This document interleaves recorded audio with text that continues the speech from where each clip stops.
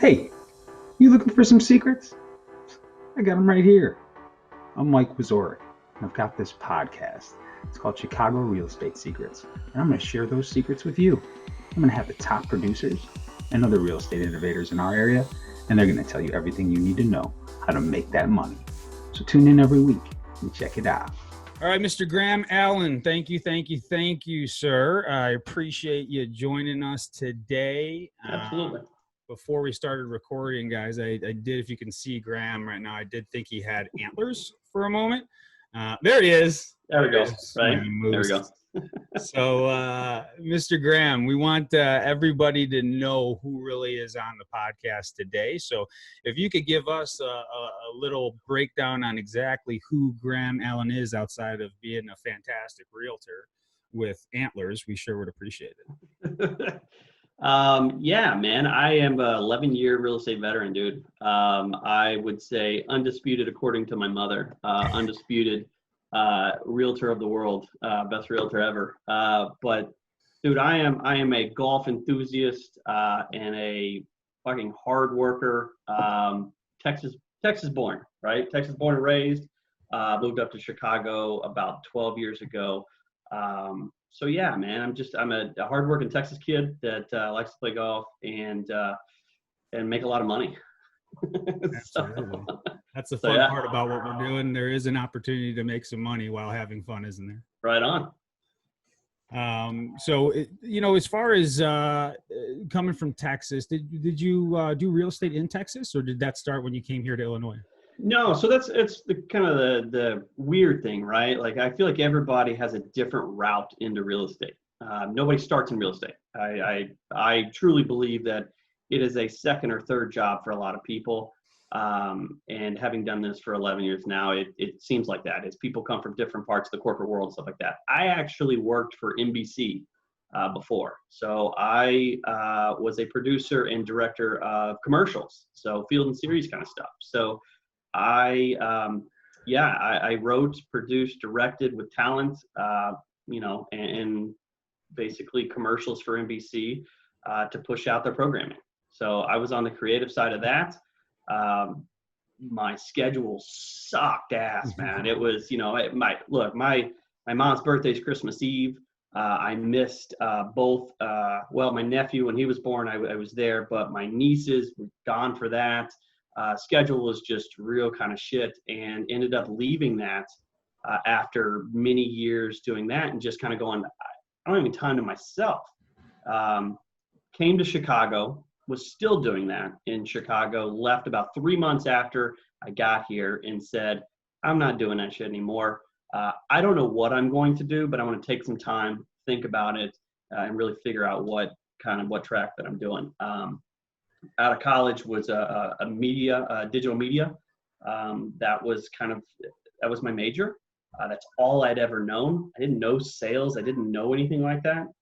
Never had a sales job in my life. And then there was a small boutique real estate shop downtown Chicago. A buddy of mine had started it. Said, hey, why don't you just do so, if you want to make some cash, do some rentals, things like that. Just happened to, said, okay, great. Get, I don't know if it was like my 90-day or whatever it was, like leasing trial license thing. Started it, just hanging out with people, had some fun. Jumped in, got my real estate license. This was literally in 2008, dude. So this was plane starting to nosedive, and I jumped on and said, look, you've got foreclosures and short sales, things like that. People who are underwater got to get out. There's money to be made here. So while every other realtor kind of jumped ship, I jumped on with a parachute, had a little bit of savings, but jumped on and said, let's see if I can actually kind of leverage this to an advantage. Did really well, wrote it on the way back up, and have continued kind of soaring ever since. So by chance, completely by chance, just trying to find an opportunity to make some cash. And that's a lot of what motivates me is money. Yeah. So. What about it? What do you do with it? Dude, it allows me, most important thing to me is my family, right? So it allows me to provide for my family. We don't have kids yet, but we want to go on a vacation. We want to do this. We want to do that. We want to update some stuff in the house. Money provides for that. Money provides for me security. I grew up in a family that my dad did well, right? We didn't have to worry growing up. I wanted that same thing for my family. And so being a Texas kid, meeting my wife here, her doing kick-ass shit, man. I mean, just, and just soaring up the ladder and watching what she's making. Again, I'm that Southern guy that goes, hey, look, I'm supposed to be the breadwinner for my family, man. So I don't knock her for anything that she does. I am thoroughly impressed. I am way down the level as far as intelligence, I think, as compared to her. But for me, that is a minimum, man. I got to make the same, or I got to make more, because it's something that drives me, because that's just me. Like I'm not afraid to say that, she's had years, and definitely during tough years, right, that she's done better than me financially, but that bugs the shit out of me so bad, man. Right on. And it just drives me. I'm proud of her and everything that she does. It just, it's a driving force for me. So, but man, that money, it provides for stuff. People say, money doesn't give you happiness, but dude, it's a lot easier going through different things, when you do have a little bit of change in your pocket. So I always just kind of want to make sure that, that part I don't have to stress about. I couldn't agree with pretty much every single piece of that.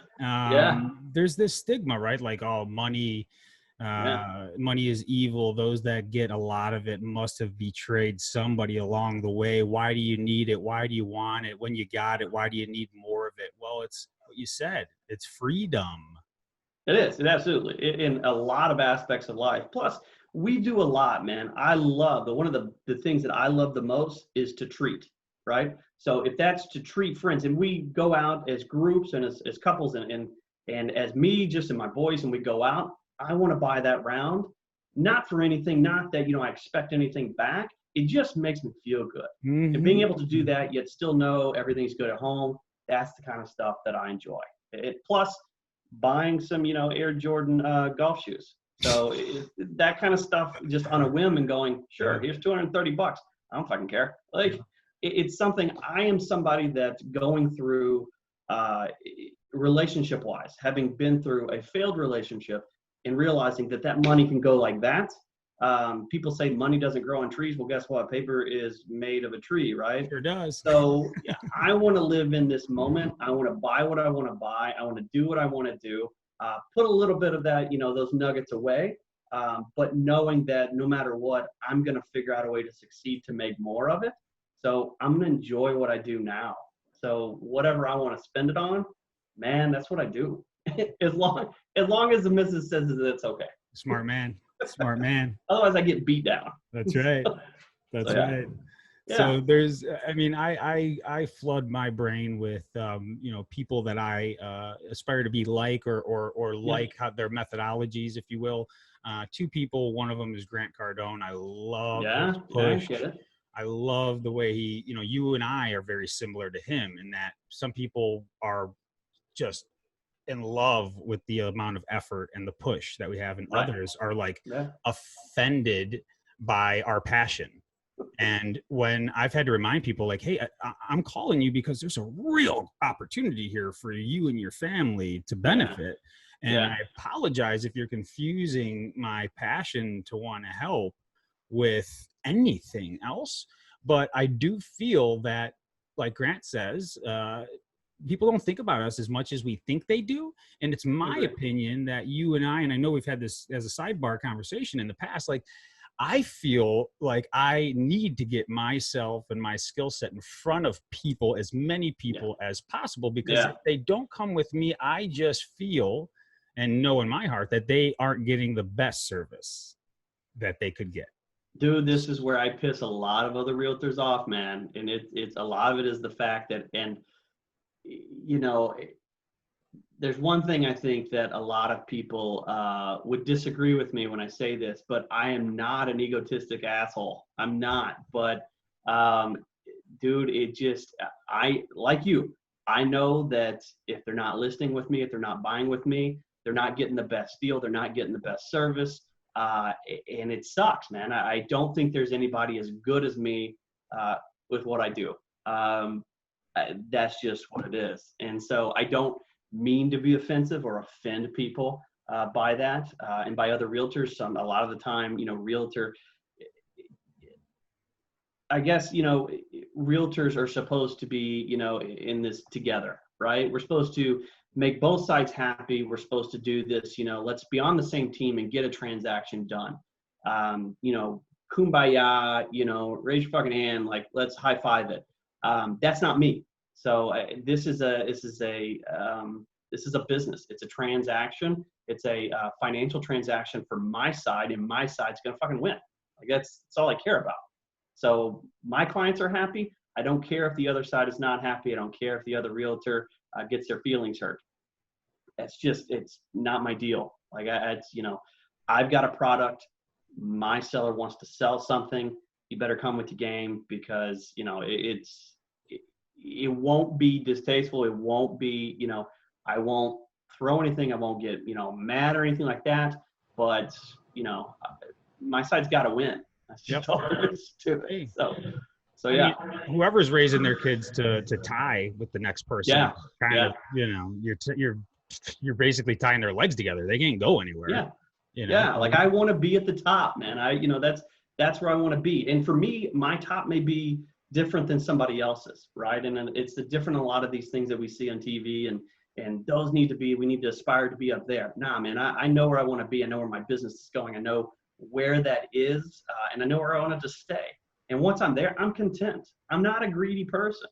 But I do know that, when I look around and I look at the competitors, that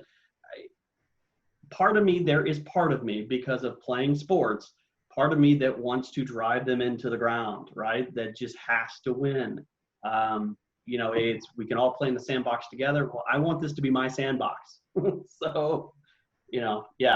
Nothing wrong with that, man. Nothing wrong with that. Some people don't understand it's sales, right? So it's it's a grant. Right. It's sell or be sold. One way or the other, you're involved. Yeah. You might as well be on, the winning side. Well, look, you got to think about it, right? That person is taking food off of your table, it's taking money out of your pocket. So if we look at it that way, it's not just helping our clients, but it's also, we know we're going to provide them with the best service, but it's also, that's what's going to help me provide, right? Yes. That's what's going to help me get to play that extra round of golf or take that trip and go somewhere. So you got to want it. You can't just be lazy. And I think a lot of the time there are a lot of lazy people that do one-offs, one here and one there. And I don't want them in this business. And I want to make sure that they don't survive in this business. You're right. I want the good ones too, because I want to work with them. And there are several, not a whole lot, but there's a handful of realtors that I really enjoy and I love working with. Sure. And I hope they stay in the game forever. Mm-hmm. Everybody else, get the hell out. Like, that's just, there's enough. Everybody says there's enough for everyone. No, there's not. There's enough for me and about the 5 other realtors that I like. And guess what? We can all do a hell of a lot of business and have a hell of a lot of fun. Everybody else, get the fuck out. Just, yeah. And I want for everybody listening to kind of not lighten up what you're saying, but let's not be confused here, because Graham is a fucking gangster of a realtor because he is stern, he is confident, he does stand up for his client and know what where the line in the sand is, right? Or what the value of what they have is. And sure, we'll negotiate, but at the end of the day, it is what it is when it comes down to it, and we have other opportunities or whatever the case may be. But I'm speaking from experience. Graham and I just went through a transaction where to get the deal done, the negotiations on the front end were a little lengthy, right? And then there was some renegotiations halfway through, and we had to have the seller actually reduce the purchase price. So I don't want anybody to think that Graham's like, it's this dollar or get out the door. It's just, we know what we have. We're going to fight when we need to fight. And then we're also going to close the deal when it's time to just close this deal for everybody. And so I want everybody to know, just listening to this guy is very versatile in how he can, represent his client and how he knows what is, the next right move. And that's super powerful because you don't come across it often. So I want to ask you this, is where I know there's compassion and empathy within still everything that you described in your character. Yeah. And so I know that's important for everybody to understand. So how do you couple what you've explained with also that empathy, and where do they kind of collide in a transaction? After we've come to terms. Cool. Once we have agreed upon terms. Now, what you were saying though is exactly right, Mike. I mean, there's a line in the sand that we do have. And I discuss this with my clients right up front, right? So we know what is a win scenario for us. We know what is a break-even scenario for us, and we know what we will not accept, okay? I 100% always have my client's best interest at heart, okay? So, we discuss all of that right up front. So going in, there's no hesitation. There's no looking back and going, well, maybe we should just do this. We've come with a plan. We work as a team, and we roll that way. I would say, everything gets a lot more relaxed, and because that's how the process, and that's how to have a smooth transaction, is once you come to terms, right? That's where all the posturing is. That's where all the negotiating is. That's where a lot of the feelings get hurt. But once that's done, it's almost like that reach across the aisle and go, hey, look, cool. We've gotten all of that out of the way. We've got all the, we've scooped out all the shit. Now it's just time to make our way to the closing. And then that's the part where I think, it's really the realtors start working together. And I think that's the only time we should be, quote unquote, working together. Working together prior to that is not doing our fiduciary responsibility to our clients. Agreed. So, yeah.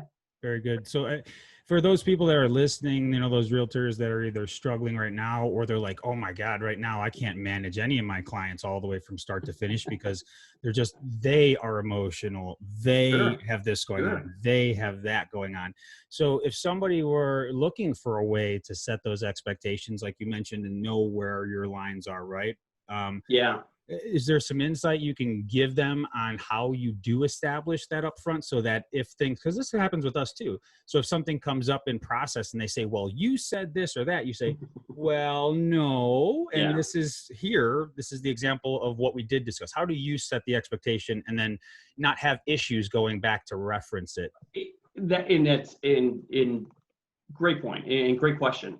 So for me, it's all about setting the expectations and being unapologetically myself from the very beginning. So that means the moment I walk in the door and meet with the client, from day one, from minute one, the first time that I speak with them, because there's got to be a connection and an understanding.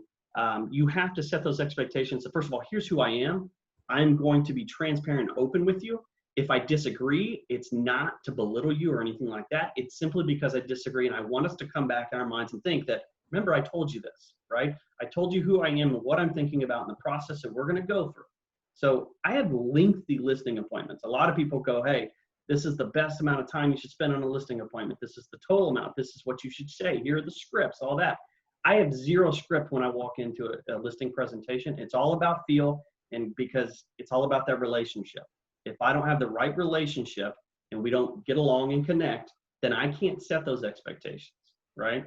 So it's setting the expectations from the beginning and making sure that you stick to them. A lot of realtors though, and again, I asked some friends, how many realtors do you think I'm going to piss off during this thing? A lot of it has to do with the fact that they are completely fake when they walk through the door, because they're buying listings. They're buying buyers. They're being as fake as can be. And then all of a sudden you try to manage expectations after the fact. You're the one that looks like the asshole, man. Right. Like it is, you can't do that. You can't be one person in the beginning and then come back and try to get them to believe you in a different way later on. You have to be, if you're a bulldog in the beginning, you're a bulldog all the way through, but you can't be, this fluffy, Shih Tzu, whatever you are in the beginning, right? And go, okay, no, we're happy, fuzzy, feely, we're doing good. The market, we should be able to get this price for you. I think we can get what you think it's worth. And then later on go, nah, the market's just not giving that. Well, guess what? You screwed that up. So I think being honest, being transparent, owning your mistakes as well. But just from the very beginning, it's just setting expectations by setting up who you are and letting people know who you are. Yeah. That manages, it just makes everything so much easier. so that they believe you later on when you tell them something and go, look, keep in mind, this is what we're going through. You set that up in the beginning and you manage it from point one, you shouldn't have an issue down the line. It just shouldn't happen. And for some, maybe that's common sense. Others, it's gold, literally. Yeah. And make it common sense later. And what I tell people when they're saying, they're like, oh, you're always on, right? You're always on. Like, how are you always on it? And I'm like, on what? On work, on, because I don't have a work-life integration or balance. It's just life. We don't do, that's not how we work. We are on call 24/7. Right. That's what we do. My wife calls it, so when we're sitting out, so we were doing in the alley, because we have an alleyway by us here in Glen Ellen, and we were sitting around talking to people, and somebody asked me a question. It's a friend of mine asked me a question and said, hey, my wife immediately turns and looks at me and goes, uh-oh, realtor mode, in 3, 2, 1. And I'm like, this is just who I am. It's like, this is just, it's just part of our life. It's part of our lingo. It's part of, the way that we represent ourselves. And help and serve. Honestly. It 100% has everything to do with wanting that person to be happy, but also get the right knowledge so that they can do what's best for them and their family. It's because we care, man. Yeah. Like, it sounds like bullshit, but it is true. It's because we care. Yeah. So, and we found ourselves in a position where we can legitimately do something with the knowledge that we do genuinely care, because we can genuinely act in behalf of those people that we do know, like, and trust us, and those that we haven't met yet, because we know we can perform, and we're with companies that can stand behind us and we can stand in front of. And so I want to speak to that, though, as far as like the push, the effort, what you said with like the realtor talk, realtor mode rather. And I know she totally is being playful with that, but there are a lot of people out there. I've experienced this. So the first thing, when I started listening to Grant Cardone, the dude just spoke my language. I was like, who is this dude? Like, is he? He's real, dude. The dude is real. I mean, he's just a real dude. And it's like, look, this is me. This is what I'm going to tell you. Take it or leave it. Yeah. Right. Yeah. And that's the same way I think you and I both are. Is, so again, unapologetically yourself. And informed, of course, right? Like, we can speak this way, but like, we got are masters of our craft. Yes. We're not just back it up ignorantly. You got to have proof. You got to have the numbers. Like, I am a numbers person, to where if I'm walking in and I'm talking to somebody, I know exactly market, and specifically all the way down to micro, what it is for this 3-block radius and what it's going to be. And a lot of the time it doesn't work. A lot of the time people go, well, no, that's not what I've heard. 3 other people told me this, but I have every bit of statistics on my side that show, look, this is exactly what it is. So backing it up again is part of that presentation in the very beginning of managing expectations. Yes. So, and I think an important part too, and I experienced this with you, not many people have it, in my opinion, in their I don't know. Thank you. Yeah. In their arsenal, in their character, whatever it is. But I pride myself on trying to teach my team the same thing. And it hasn't always been the case, but and I even have it literally tattooed on my wrist. It says now, right? You can't say it backwards, but like, what that means to me, that the time is always now, and that you must act now with confidence to settle whatever has been presented to you, or now you've created a story that didn't need to be written. If you don't have answers, in my opinion, we always have the answer right then. Maybe it actually takes a follow-up, but we have to tell that person asking the question with confidence, either the exact answer, or that, we have their back, or that we are in fact going to figure it out and call them right back and do that. That's the biggest thing. A lot of people make shit up on the fly because they want to have an answer. But if somebody asks me something and I don't know the answer to it, first of all, I tell them, I'm shocked I don't know the answer to this. But guess what? In about 5 minutes, I'm going to have the answer for you, and it's going to be the truth. Yeah. So I'm not going to sit there and bullshit and lie to somebody. So I will go and find it, and I will get right back to you. And that is the important part, to actually go back. Go back. Communication, man. So many people are so shitty at communication in this business, and it is 90% communication is what manages every bit of expectation. It might be 99%. I mean, just having a warm body is to communicate with is the other part. Because 5% is just being a likable person. So, which I think I kind of am. For most people, I don't know. Hey, but and you know what? That's another kind of segue, because for a long time it did start with Grant Cardone, and then it went into coaching, and I started to feel it and know it. Is that it's totally cool to be yourself. For one, it is the power to be yourself, and it is totally cool if people do not like that, as long as you are being true to yourself and you're being, of course, you have a high level of integrity and whatever else within your situations. At least that's what I feel. But it's okay if they don't like you, and they will get out of the way. But more importantly, those that do like exactly who you really are, maybe it's because you swear and that makes them comfortable. For me, that makes me more comfortable when people drop a shit or a fuck in there. I'm like, oh, cool. Oh, thank God, because I know I'm gonna drop one. So look, you gotta know your audience, though, right? Like, again, 100%. Bible Belt. It's my mom still goes, whoo, okay, and it's just who I am, man. Sure, it's just about me being authentic, right? Sure. But isn't it so much better when you go home, and you realize it's just that you guys didn't click, and that's the reason you didn't get it, and it has nothing to do other than that? Because I look at it sometimes where I lose a listing and I go, thank God, I don't want to work with those people anyways. Like, Bingo. That was hell. Bingo. So Bingo. I Before couldn't imagine 30 days hanging out with these people and being a team. Nah, I don't think so. I'm okay with that. Yeah. No, it's like setting an expectation with somebody who speaks Chinese. You could be speaking the same language, but if you guys aren't vibing, this shit ain't gonna work. Yeah. Like it's, a lot of people will list culturally around here too, because we are a big melting pot. But I can walk into a different room too, and personalities can overshadow that. Sure. And just the way that, we get along. You got to know your audience, right? I mean, it's, your audience, but one thing I would tell anybody getting into this game is brush up on your psychology. Yeah. That will 100% get you to where you want to be if you can understand the psychology of the everyday person, right? So just the processes, the way that people react to certain things and certain stressors, it is, just, I think you should have a minor or a major in psychology to be in this damn business. And if you try to get in this business and your first reason for getting in this business is because I like people, guess what? You ain't gonna like people after the first week. It's true. You are gonna be like, fuck this. Yeah. So, people suck, man. They're all people are terrible. Yeah. But it's one of the if not the biggest transaction somebody's gonna make in their lifetime, right? So there's a lot of emotions that come with it. That's again where the psychology, you have to be yourself, but also manage those people. And that's gonna come from your personality and how you deal with things. So a lot of people in this business just aren't cut out for it. Yeah. And it shouldn't be in it. I mean, if you're not doing a decent amount of business and going through this stuff right now where, you can be a contract employee and get unemployment, underemployment and something, and file for those kind of things. Yes, they're going to look back at your previous business, but if your business, you're still not being able to take care of yourself right now, dude, maybe you shouldn't be in this business. I don't know. That's just me.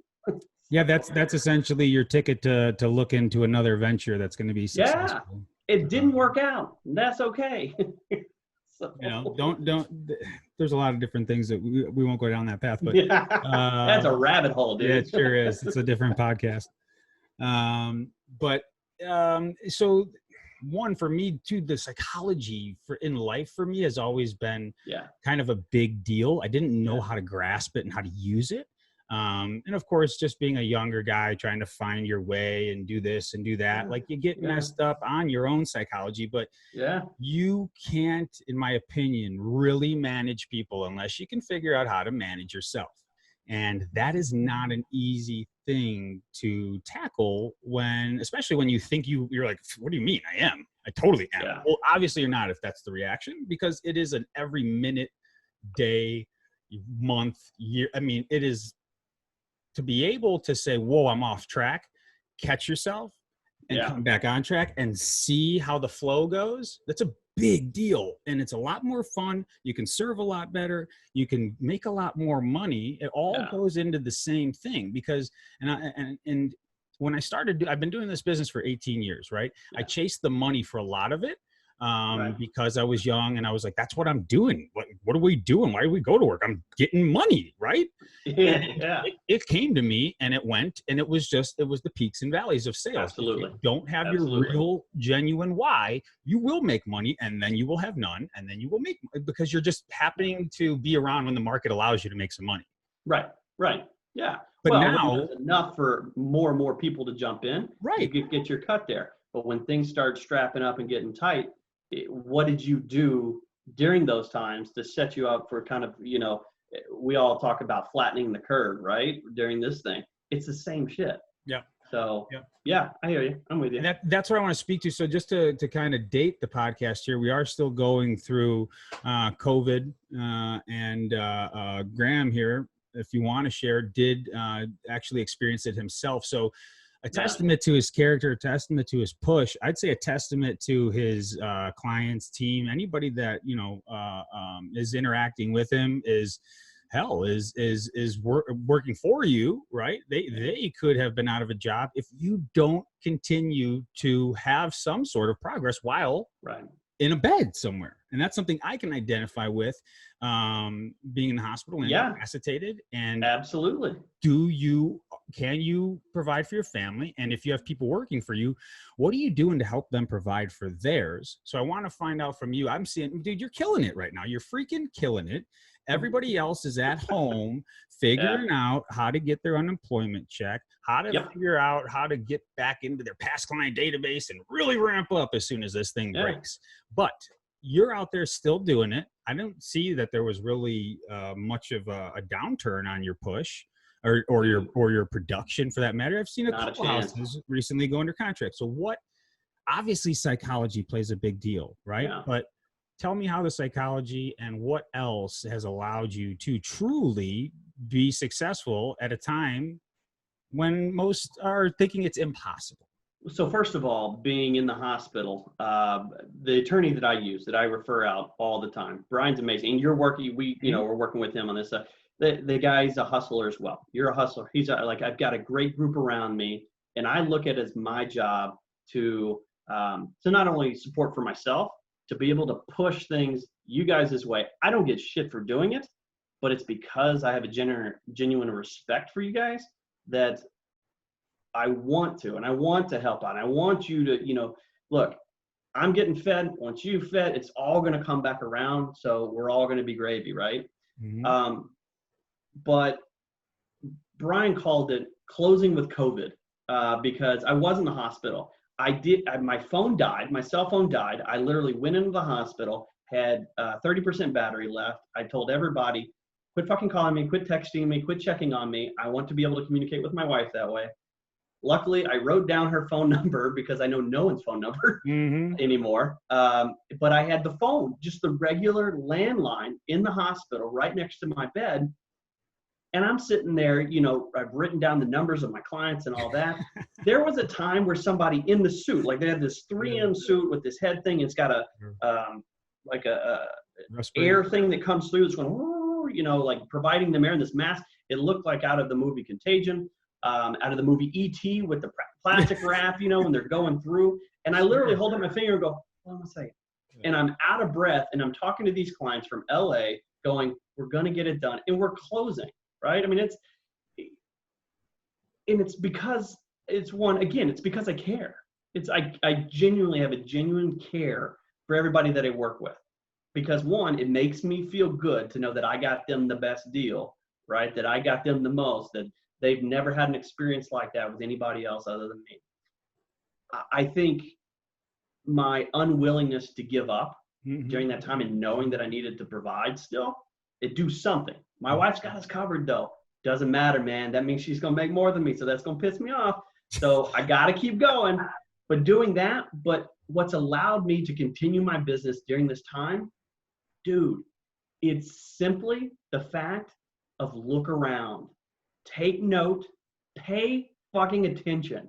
Like that is it. If you pay attention, you're going to know what to do.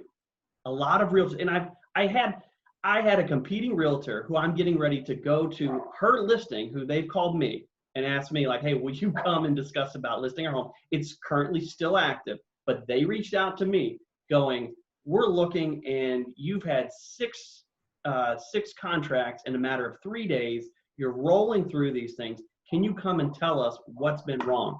And I'm going, yeah, I can tell you what's wrong. I can tell you before even hanging up this call, it's because the realtor's not paying attention to what's around. We have a real issue with a lot of realtors not paying attention to trends, okay? If we can study the trends, we all, think about this, history repeats itself, right? Okay, so if we have the statistical data, we know that during a certain time, it's always going to come back around, okay? Now, this is unprecedented. This is literally a time that we have never experienced. I haven't experienced in my life, right? Neither have you, neither have my parents even. But if we look at it, I look at it and go, okay, cool. So supply is down because people are freaking the F out. You still have people that are having to move around. But if those things are kind of shifting together, this was supposed to be a lot better year than last year because we're supposed to come out of that market correction. So, for 2 months, I've been sitting here saying, look, we're going to be just fine. And don't list your home until the end of March or April because people don't freaking write contracts until April or May because kids don't get out of school until June. Mm-hmm. So why are you listing your home in February and January? People are calling me now going, I wish we would have listened to you. We should have listed with you and we should have done it later. Yeah, but guess what? We're still going to be either off the market or just ready to get onto the market, which is later. It's the later push. It's all, again, psychology though. Thinking back to psychologically, what are people thinking right now? It's what allows me to go, okay, so here's how I proceed. Everybody gets stir crazy during the winter. We're in fucking Chicago, man.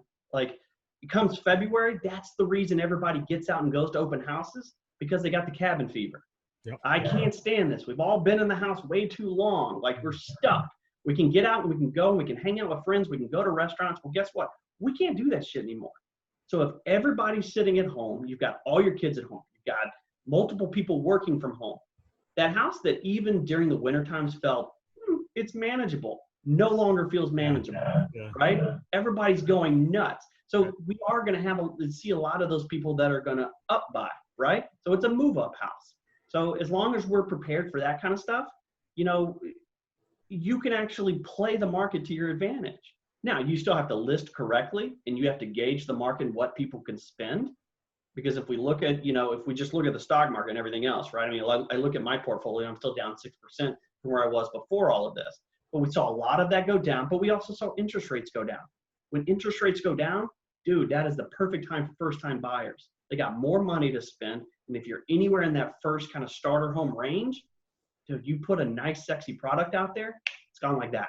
Yeah. So, those interest rates primarily are for first or maybe second time home buyers. So when you see those things dip, if your client's asking, should I list? I'm going, fuck yeah, you should. Like, there's nothing that should be stopping you as long as we're priced correctly. And then we have a captive audience. Everybody's at home. You're at home. I'm at home. I'm sitting here with my moose head, right? We're sitting at home. We've got nothing else to do right now other than look at the internet. So if we're looking at the internet, we feel like we're kind of cramped in here, then what are we going to do? We're going to look at homes. Everybody loves to look at homes. That's why HGTV does so well, because everybody wants to look at homes all the fucking time. So if that's all we're sitting here doing, you put a product out in front of somebody, you give them the ability to do a virtual walkthrough. Matterport is a great company that does that. Real Vision's a great company that does that. They can virtually walk through in a 3D setting, spin all the way 360 around, walk through that home and go, yeah, I like this thing. You're going to get more, less like looky-loos, tire kickers. You're going to get more interested buyers and people that are ready to pull the trigger like immediately. So it's packaging basically the marketing materials that I have. And I think nobody does it better, right? The company that I work for does a great job. I spend a lot of money on each and every listing.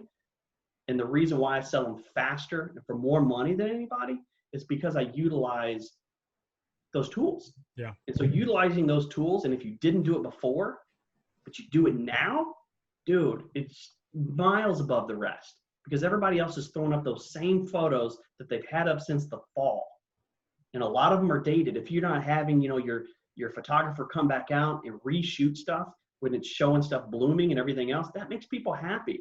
If you still have the fall or the there's some snow on the ground, or it looks like everything's fucking frozen, that doesn't make people happy. So you got to play on those emotions too. I don't know. That's a ton of stuff, but no, it's great. It's paying attention. If you just pay attention, dude, you just pay attention to what's going on around you. You can do what you need to do. And I want to tell again, for the people that are listening, I can tell you from experience, Graham is not bullshitting you guys. And if you have an opportunity, take a look at his listings. They're impressive. Not only have you attracted, in my opinion, the perfect customers, right? Because you do have a certain level in like all the houses you list. I'm like, damn, I would buy that. Damn, I would buy that. They even seem to have similar styles, but they're super nice. The pictures they're super nice. But they may be big, but a lot of them aren't. Like I have a nice niche range where, I know where my honey hole is. I know that everybody wants to go after these $1 million, $2 million listings. That's great. You could do 1 or 2 of those in a year. Fan-frickin-tastic. Knock yourself out. But if I'm going to do 30, 40, almost 50 in a year, and I'm doing them all between $400,000 and $650,000, guess what, man? I'm making a lot more bank. Like I'm good with that, and those are my people, though. Yeah, that's those what I'm are saying. The people I get along with. Yeah. The people. Now there are some people I still do have $1 million listings. They're harder to get rid of, and I say get rid of because that's what the seller would tell you. It's getting rid of. Yeah. Right. You're trying to sell that property. They take longer. There's more that goes into it, and I can still get that done. Man, I know where my bread and butter are. Yeah. And knowing that, and knowing what I'm good with, and knowing that. Those are the people that basically are like me, that have the same mentality, that are close to my age. I don't think anybody should have a real estate license if they're under 30 years old. Right. I don't think they've gone through the proper steps in life to be able to advise somebody on something like this. So, being 21 and going, great, you're 21, you can get your real estate license, great. So I disagree with the way that we allow people to get licensed for real estate. It's not helping people, and it's definitely not helping the customer out there. It's not servicing them well whatsoever. Yeah, no, I agree. And here's a testament to the Corona. What? The at-home office. You say hi, Graham?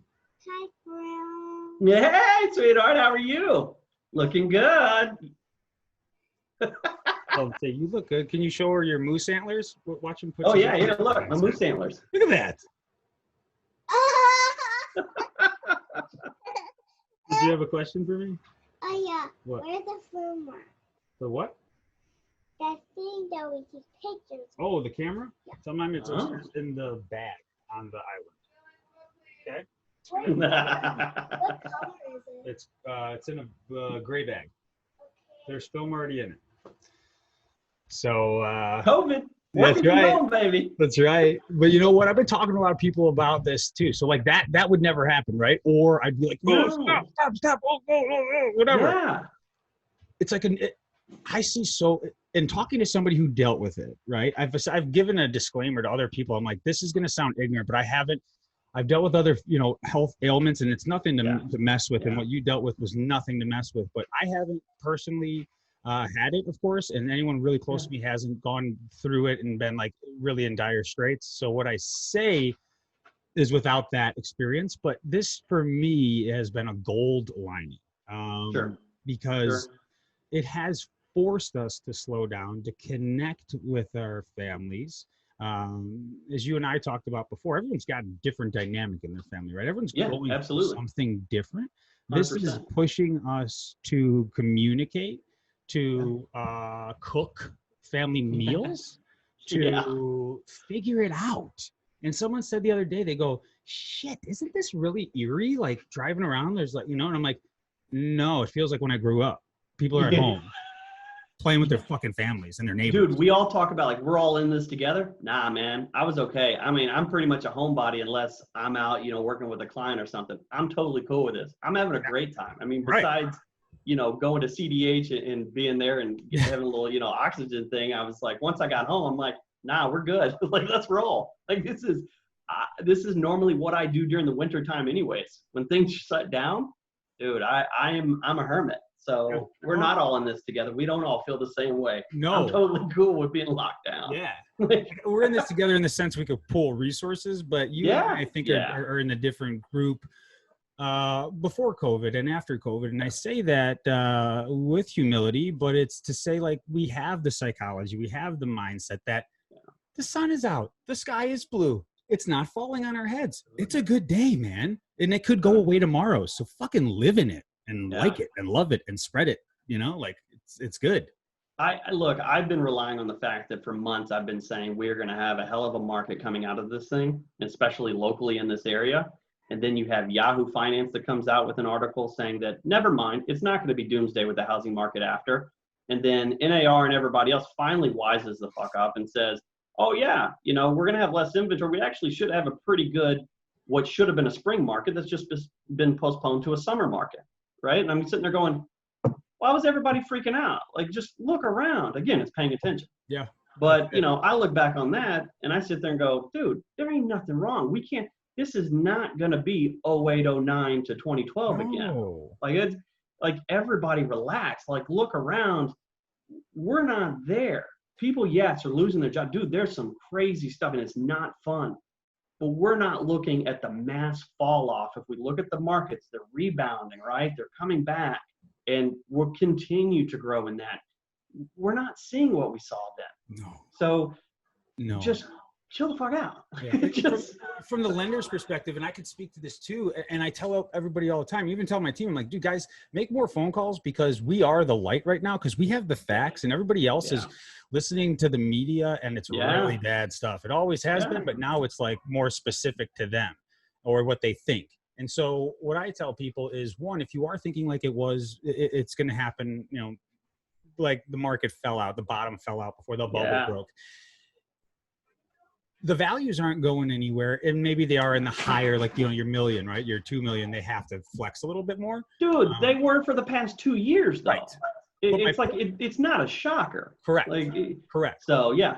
But the market, the real estate market has not been built on bullshit loans. It hasn't been built on phantom loans. Yeah. People are committed. They are invested. They have all, with the exception of veterans and doctor loans, they have all put in some money on these deals. Even so, like, someone told me, shit, that's really scary. I might have told you about it. We have a program. I don't know that it's available right now, but it was 25% down. No doc, no questions asked, essentially. And people are like, oh my God, I can't believe that's happening. Why? That's ridiculous. And I'm like, well, really? Because the bank's getting their money on the front end. You got to give them 25%. You walk away, they're good. Yeah. They're good. And they sell it right away for a cheap price and they're totally good. So, like, that's a good loan for somebody who's out there, and you're gonna front load them. You're gonna repay them basically 10 years right up front with the down payment. That's not a bad loan. So even these off loans, they're solid. You're not going to see a bunch of default. People have been not put through the ringer, but they have been legitimately qualified by way of documentation to get a regular loan. If you want that loan and not provide documentation, you got to give us a whole lot more money up front. So I hope that people understand, or if they've gone through a process, like, it's not an easy one, it's not hard, but they do make you give a lot of documentation, and they should. You're getting hundreds of thousands of dollars. Dude, if we don't want to repeat kind of what happened and you don't want to be shit out of luck, then just offer up the docs, right? Like, what do you, I mean, you shouldn't have anything to hide. So what's it matter? Correct. So just jump through the hoops to make sure that you're secure, because guess what? If you're not secure and a lot of other people aren't because they're not going through, you know, all this stuff, well, then you're kind of putting yourself and setting yourself up for failure there. So, yeah. Right. Well, Graham, I mean, you've been fantastic, man. A lot of really good information on here. A lot of good information.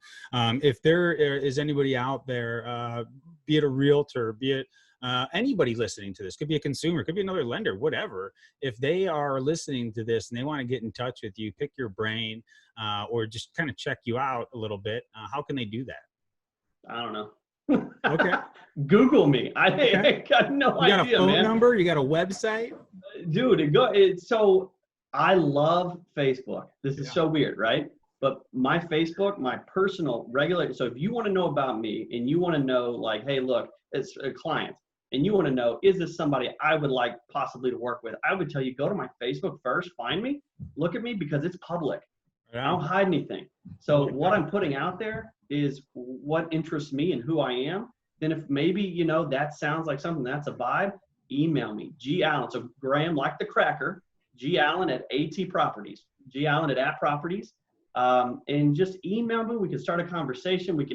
I've been doing a lot of these Zoom things, man. And it's so much better than over the phone because this is how I dress for even a listing presentation. I'm going, this is how I was going to be when I walked into your home anyway. This is not what sells your home. So, you know, look me up on Facebook, man. That's a lot of the thing. I mean, I've done all the shows, HGTV shows. I've done all those kind of things. And everybody, it's either Facebook or it's like through what's the work one? Instagram. Oh, Facebook. What? Instagram no, LinkedIn. LinkedIn. Oh, Jesus. I never check LinkedIn. So dude, you're right though. If someone wants to see who you are, you go to LinkedIn. It's like, dude, here's my resume and shit. Then you go to your Facebook and there's you in 70 shorts with your hairy legs hanging out in a basketball. It's like, oh, that's that dude. You want to know who you're dealing with. You want to know them on a personal level, right? Yeah. Another realtor, dude, hit me up through there. I love conversations. I don't mind having, you know, my wife is very non-confrontational, which I love, but I'm very confrontational. I don't mind, you know, discussing things in different points of view. It doesn't bother me. And, you know, I can go on my merry way. You can go on yours, and we can still be great friends. Like, it doesn't bother me whatsoever. But, dude, Facebook, man, like, just hit me up on there. Yeah. And then, you know, from there, just we roll. Right. Well, hey, Graham, man, I can't thank you enough, dude. And I really am grateful for, you know, you trusting me with your business most recently. It really does mean a lot. And, you know, I'm standing in my basement. You just saw my daughter. That's how real it is for me, though. And I do attach these relationships, those transactions, as an ability to buy this microphone, right? To do this thing, to have a basement, you know, to have, you know, a kid that's smiling because she doesn't have a concern aside from what toy am I going to play with or what am I, you know, going to do outside.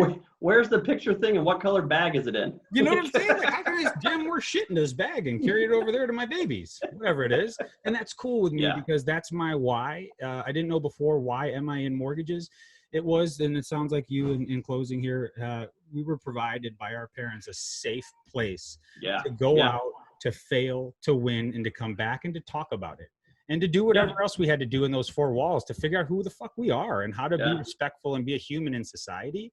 So that's my why. I know it is yours. Like what we've been talking about is to serve and to do right by the client by pretty much any means necessary within integrity and the sale. Yeah, ethically. And, you know, as far as integrity, I don't want anybody ever questioning my integrity or my ethics, right? Everything is above board. Everything, you know, we're always going to stay above that line. We're not going to get close 100%. To it. But, you know, I mean, like you said, I was allowed to fail, but I was only allowed to fail if I gave it everything I got and I didn't quit. Of course. That's it. So, by fail, you know what I mean? Like, you know, the effort is good and letting you know, like, it's okay to fail. You didn't want to. You feel that? You don't want to feel that? We got to work. Let's go to work, man. Well, go in the back. That would be my days. Like, how's that feel? You want to feel that? Go to work. It's competitive nature, man. You want to win. That's right. Coming in second doesn't feel good. Losing sucks. So, but you have to come in second, man. We could probably go on for another lessons and lessons. But the power is in the contrast. You know, everything happens for a reason. For me, I was in the hospital. I was thinking about stuff. For you, you were in the hospital. Yeah. It reinvigorates you. If you come out the other end, you have had time to sit with your thoughts and the narcotics that they've given you and think some crazy shit. And then in the middle of it, like, who's showing up? What is in the tank for me? How do I look after this thing? How do I appreciate more? Where do I show more gratitude? And how do I go and lift a couple more people up? Because laying here sucks. And when I'm ready to run again, I'm fucking sprinting through this thing. It's clarity, man. It's clarity. Like for me, there was literally no one allowed. There was no one in the room. I'm on an entire floor of people who are infected with minimal staff. So you have nothing but a TV with shitty programming in the hospital and nothing else. So there's a lot of clarity that comes with that, which can be, like you said, a gold, not just a silver lining, but a gold lining during this kind of time. So I'll leave this as the golden nugget. You've been saying it, to look around. I even tell people this too. I think the power is in the contrast, right? You get deals, then they go in, they go out, boom, boom, you get paid. That's great. It is good. Fantastic. But you learn so much when maybe something goes a little off, and you've had to have a communication and contact with people. So I tell everybody, show up, have the communication, right? Have the integrity, have the whatever you want to say, to be yourself and to deliver the message, not the good news, bad news. Deliver the message that has been handed to you, that it is your responsibility to serve your client, and go over there and do that. So I tell people the power is in the contrast, and you say, look around. I say the same thing. If you trip and you fall, look around while you are down on the ground. You are there for a reason. Toughest transactions are my favorite transactions. Like there's shit to go through, but when you come out the other side, you've got another tool in your toolbox that you know how to use it when, right? So it's just, look around, pay attention. That's it. Learn.